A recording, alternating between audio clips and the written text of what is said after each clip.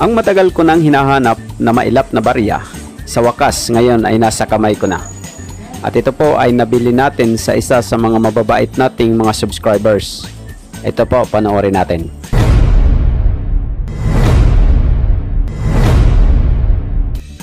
Magandang oras mga ka-CCTV. Narito na tayo para sa ating pag-uusapang barya ngayon.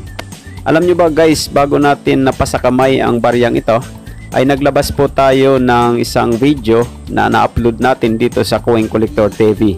Na ito po ang sinasabi. Panoorin natin. Ito guys ang ating koleksyon ng ating 20 piso coins sa ngayon, na mayroon ng dami na 53 pieces na po. At balak pa po natin dagdagan ito.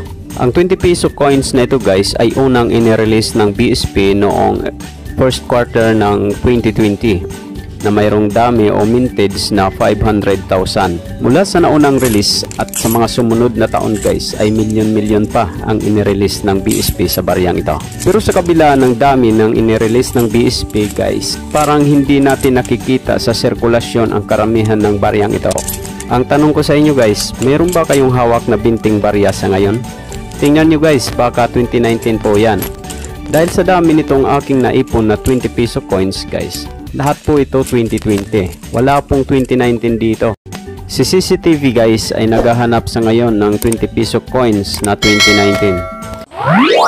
Ang napanood natin mga ka-CCTV ay ilang bahagi lang ng video na in-upload natin dito sa Coin Collector TV na naging dahilan para mapasakamay natin itong 20 piso coin na 2019 na pinapakita natin ngayon. So itong 20 piso coin na ito guys ay ibininta sa atin ng isa sa mga mababait na ating mga subscribers dito sa Coin Collector TV. Guys, mga ka-CCTV, kung mayroon kayong mga naitatabi na mga coins na pasok sa mga napapanood nyo na hinahanap ni Coin Collector TV, ay mag-comment lang kayo dito sa video ito at subukan nyong magbenta.